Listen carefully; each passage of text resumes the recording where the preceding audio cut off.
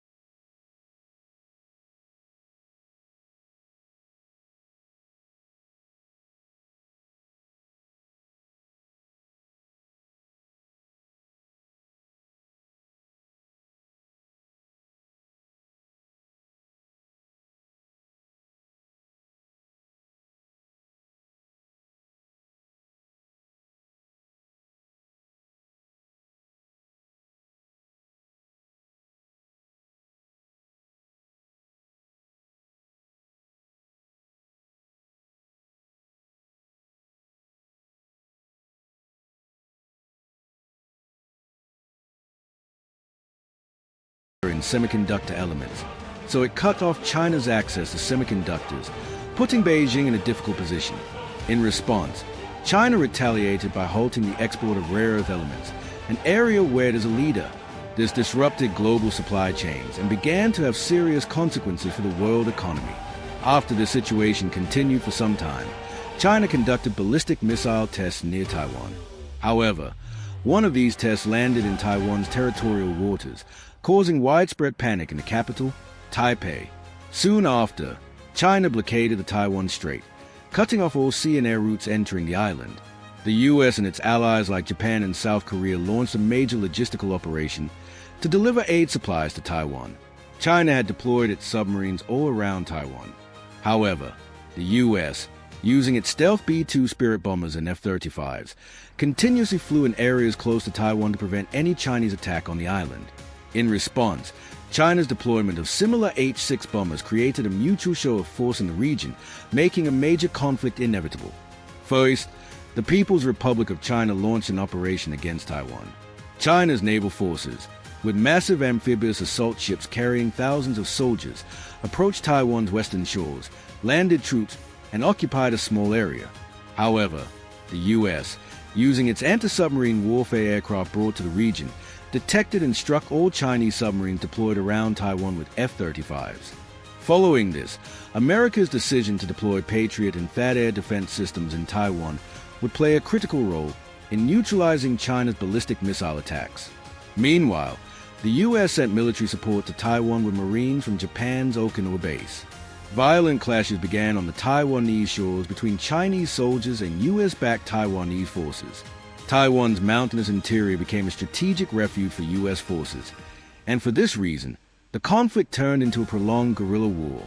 As the war expanded, global actors began to get involved.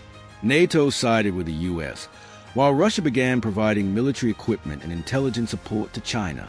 The European Union increased its economic sanctions against China, while India strengthened its borders against China's military movements on its frontiers.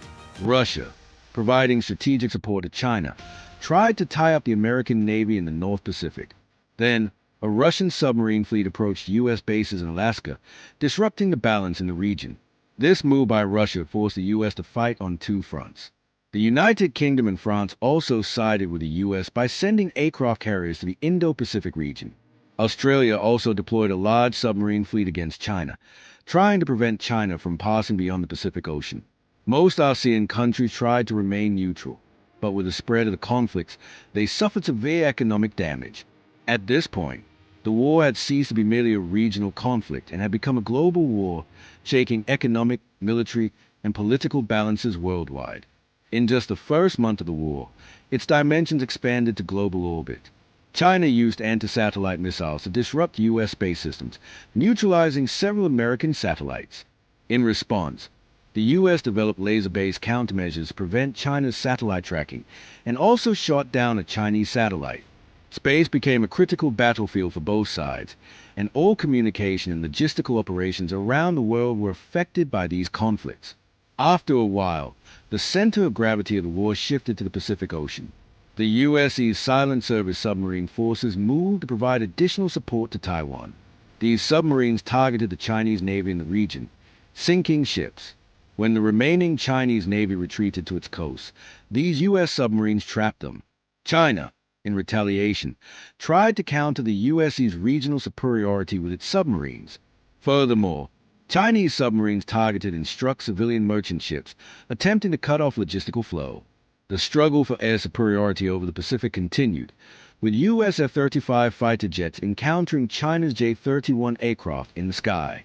The air war took place at a highly technological level, with both sides heavily utilizing unmanned aerial vehicles.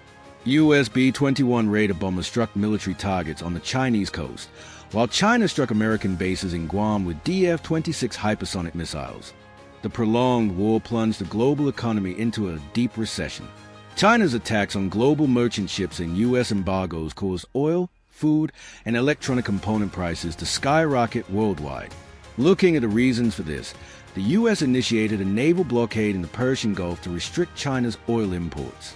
Therefore, tankers carrying oil to China were stopped and seized by the American Navy. This led to an energy crisis in China. Looking at China's economic retaliations, it created chaos in the global market by halting shipments of products exported to the U.S. and its allies. Meanwhile, at the urging of the United States, India attacked China with its troops to create a new front. Then, with China's retaliation, they entered direct conflicts. However, this forced China to divide its military resources between the U.S. and India. As the conflict entered its sixth month, the war in Taiwan intensified significantly. China had established a strong presence in the coastal areas of the island and had seized the western shores lengthwise. However, resistance continued in Taiwan's interior. The U.S. and Japan continued to provide weapons and material support to Taiwan. China, meanwhile, struck American bases on Okinawa Island with air attacks. The U.S. retaliated by bombing and destroying Chinese bases in North Korea and Taiwan. Meanwhile, in Taiwan, with the support of the civilian population, the guerrilla war against China was intensifying. U.S. Special Forces provided training and logistical support to Taiwanese resistance fighters. As a result, a large part of the Taiwanese population became professional soldiers and began to fight very well against China. The U.S.'s efforts to wear down China through Taiwan began to bear fruit. However, since China, which controlled the Taiwan Strait, continuously deployed troops there, the clashes continued.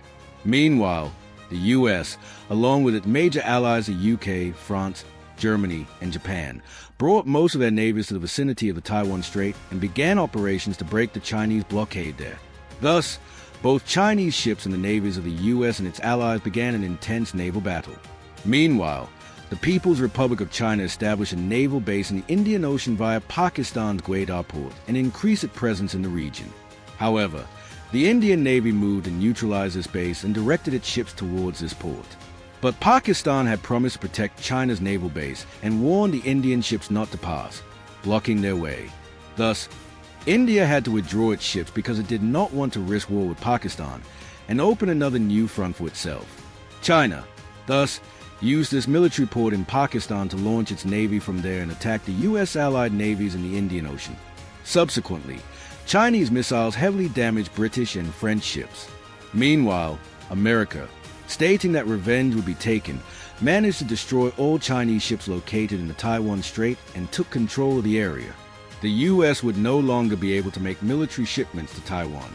After a certain period, the Taiwanese people, trained by the U.S. military, successfully drove China completely out of Taiwan through active combat.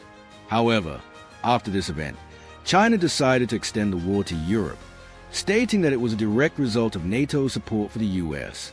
Russia began to take a more active role alongside China and open a new front in Europe. Then, low-intensity clashes began between Russia and NATO on the Finnish border, which forced the U.S. to divide its military resources. Following all these events, the U.S. and its allies removed Chinese and Russian banks from the SWIFT payment system to prevent China and Russia from accessing the international financial system. In response, China and Russia established an alternative system, using their own digital currencies. This financial conflict had divided the world economy into two separate blocks, the Eastern and Western blocks. As the war entered its first year, conflict began to spin out of control, carrying the risk of escalating into nuclear war. China made such a statement. We will launch nuclear missiles at Taiwan, the U.S. Hawaiian Islands, and Japan's Okinawa Islands. No one can deter us from this decision. In response, the U.S. declared such a move unacceptable and conducted a test in the Pacific to enhance nuclear deterrence. Then, it made another statement, saying, if China uses nuclear weapons on places it mentioned, the places we will strike will be Hainan Island and the city of Shanghai. Meanwhile, the United Nations attempted to halt the conflict, but neither the U.S. nor China was willing to back down. With the war reaching this point, the world was progressing towards the darkest period in human history. Then, China withdrew its nuclear submarines to a secret location and launched its long-range nuclear-tipped missile from there, targeting the places it had promised. Subsequently, Taiwan's capital, Taipei, the Okinawa Islands, and the Hawaiian Island became radioactive and uninhabitable landmasses. Following this event, the United States was enraged and directed its regional nuclear bomber to Hainan Island to strike the places it had promised nuclearly, launching 3 nuclear-tipped missiles there. Upon this, Hainan Island also became a radioactive zone. Then, the U.S. said it would also strike Shanghai, but China, stating that a nuclear strike on Shanghai, a city of approximately 26 million, would be a disaster, indicated its readiness for diplomatic talks with the U.S. Upon this, America said, we are also ready, and halted the nuclear attacks. Secret talks held in Zurich, Switzerland, became a turning point for ending the war. A ceasefire agreement was determined according to this. Since China had launched nuclear attacks on Taiwan, in retaliation, Fujian province would be given to Taiwan. Furthermore, Taiwan's official independence would be recognized. In addition, the parties agreed to gradually lift all economic sanctions imposed during the war. With the end of the war, the world was saved from the greatest destruction in human history. However, the wounds of the war would be felt for generations. As the global economy was rebuilt, humanity needed solidarity and cooperation on an unprecedented scale. After the war, the U.S. and China entered a process of cold peace to avoid direct conflict, and over time, their relations returned to their pre-war state. Thank you for watching. Don't forget to subscribe and like the video for more videos.